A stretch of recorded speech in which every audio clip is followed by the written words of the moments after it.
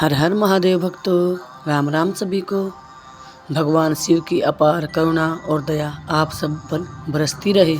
प्यारे भक्तजनों, आज हम भगवान श्री हरि के श्री नरसिंह अवतार की कथा का श्रवण करेंगे। आइए भक्तजनों, श्रवण करते हैं श्री नरसिंह अवतार की कथा। जब वराह भगवान ने हिरण्याक्ष का वध कर दिया, तब उसकी माता दिति, उसकी पत्नी भानुमति, उसका भाई हिरण्यकश्यप और समस्त परिवार बड़ा दुखी था। दैत्येंद्र हिरण्यकश्यपु ने सबको समझा बुझाकर शांत किया, परंतु स्वयं शांत नहीं हुए। हृदय में प्रतिशोध की ज्वाला धधकने लगी। फिर तो उसने निश्चय किया कि तपस्या करके ऐसी शक्ति प्राप्त की जाए कि त्रिलोकी का राज्य निष्कंटक हो जाए और हम अमर हो जाएं। निश्चय कर लेने पर हिरण्यकश्यपु ने मंदराचल की घाटी में जाकर ऐसा घोर तप किया कि जिससे देवलोक भी तप्त हो गए। देवताओं की प्रार्थना पर ब्रह्मा जी ने जाकर उससे अमृतत्व छोड़कर अन्य कोई भी मन चाहा वर मांगने को कहा। उसने कहा कि मैं चाहता हूँ कि आपके बनाए हुए किसी प्राणी से मेरी मृत्यु न हो। भीतर बाहर, दिन में रात में आपके बनाए हुए प्राणियों के अतिरिक्त और भी किसी जीव से, अस्त्र शस्त्र से पृथ्वी या आकाश में कहीं भी मेरी मृत्यु न हो। युद्ध में कोई भी मेरा सामना न कर सके।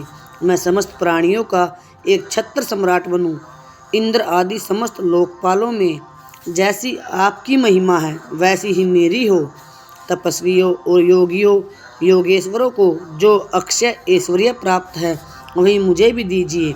ब्रह्मा जी ने एवं मस्तु कहकर उसके मांगे वर उसको दिए। वह अपनी चतुराई पर बड़ा ही प्रसन्न हुआ कि मैंने ब्रह्मा को भी ठग लिया। उनके न चाहने पर भी मैंने युक्ति से अमृतत्व का वरदान ले ही लिया। यह जीव का स्वभाव है, वह अपनी चतुराई से चतुरानंद की कौन कहे। भगवान भी धोखा देने का प्रयत्न करता है। वैसे हिरण्यकश्यपु ने भी अपनी समझ से मृत्यु का दरवाजा बंद ही कर लिया था, किंतु भगवान ने जब चाहा तो खोल ही लिया।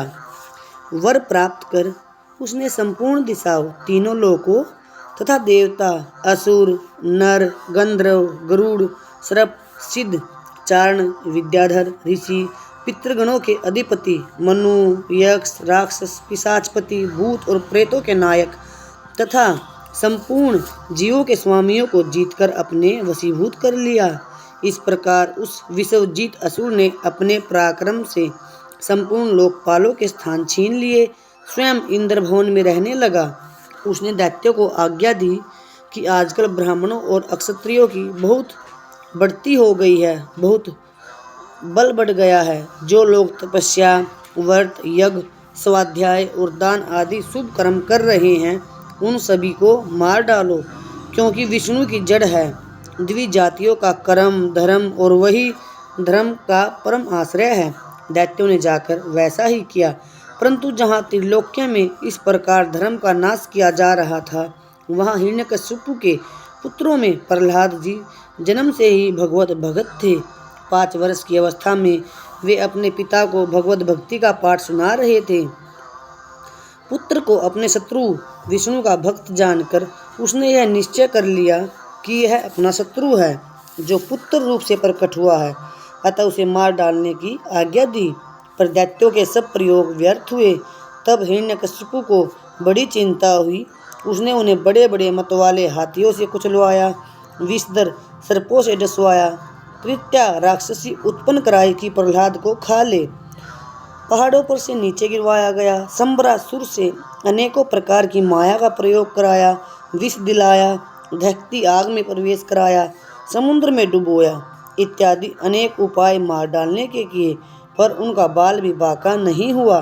गुरुपुत्रों की सलाह से वे वरुण पास से बांधकर रखे जाने लगे कि कहीं भाग न जाए, और गुरुपुत्र इन्हें अर्थ, धर्म और काम की शिक्षा देने लगे।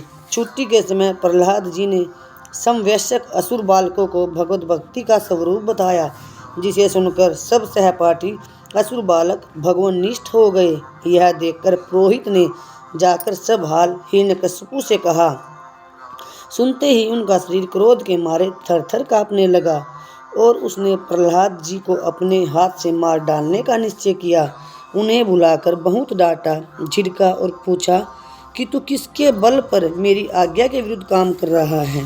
प्रहलाद जी ने उसे सर्व आत्मा, सर्वशक्तिमान भगवान के स्वरूप का उपदेश दिया। वह क्रोध से भरकर बोला, देखूं वह तेरा जगदीश्वर कहाँ है?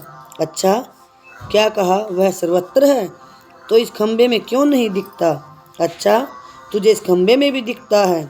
मैं अभी तेरा सिर अलग कर देता हूँ, देखता हूँ तेरा वह हरि तेरी कैसे रक्षा करता है। वे मेरे सामने आए तो सही। इत्यादि इत्यादि कहते कहते जब वह क्रोध को संभाल न सका, तब सिंहासन पर से खड्ग लिए कूद पड़ा और प्रहलाद जी के यह कहते ही कि हाँ वह खंबे में भी है, उसने बड़े जोर से खंबे को एक घूंसा मारा।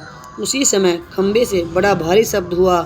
घूंसा मारकर वह प्रहलाद जी को मारने के लिए झपटा, परंतु उस अपूर्व घोर शब्द को सुनकर वह घबराकर देखने लगा कि शब्द करने वाला कौन है। इतने में उसने खंबे से निकले हुए एक अद्भुत प्राणी को देखा। वह सोचने लगा, अहो, यह न तो मनुष्य है न सिंह है, फिर यह नरसिंह रूप में कौन अलौकिक जीव है। वह इस उधेड़ बुन में लगा ही हुआ था कि उसके बिल्कुल सामने नरसिंह भगवान खड़े हो गए। भगवान उससे बड़ी देर तक खेलवाड़ करते रहे। अंत में संध्या समय उन्होंने बड़े उत्सवर से प्रचंड भयंकर अट्टहास किया, जिससे उसकी आंखें बंद हो गई। उसी समय झपटकर भगवान ने उसे पकड़कर राजसभा द्वार की ड्योढ़ी पर ले जाकर अपनी जंघाओं पर गिराकर अपने नखों से उसके पेट को चीरकर उसे मार डाला और भक्त प्रहलाद को अपनी गोद में बैठा लिया।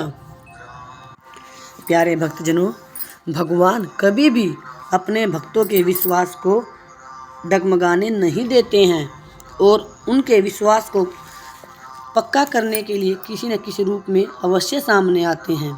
जब हिरण्यकशिपु प्रहलाद से पूछ रहा था कि क्या वह खंबे में भी भगवान को देखता है, तो प्रहलाद ने कहा कि हाँ, वह खंबे में भी भगवान को देखता है, लेकिन बालकपन में उसके मन में एक भय था कि यह अग्नि का खंबा है, इससे मुझे बांध दिया जाए तो क्या होगा। थोड़ा सा डर उसके मन में आया और भगवान ने अपनी लीला कर दी।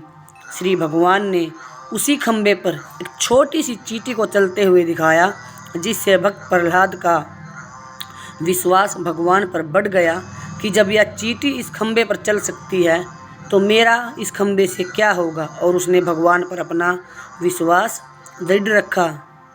प्यारे भक्तजनों, भगवान अपने भक्तों की भक्ति बढ़ाने के लिए लीलाएं करते रहते हैं। आज आप सभी ने भगवान श्री हरि के श्री नरसिंह अवतार की कथा का श्रवण किया। आपने अपना कीमती समय देकर इस कथा का श्रवण किया, उसके लिए आप सभी का कोटि कोटि धन्यवाद। हर हर महादेव। राम राम सभी को।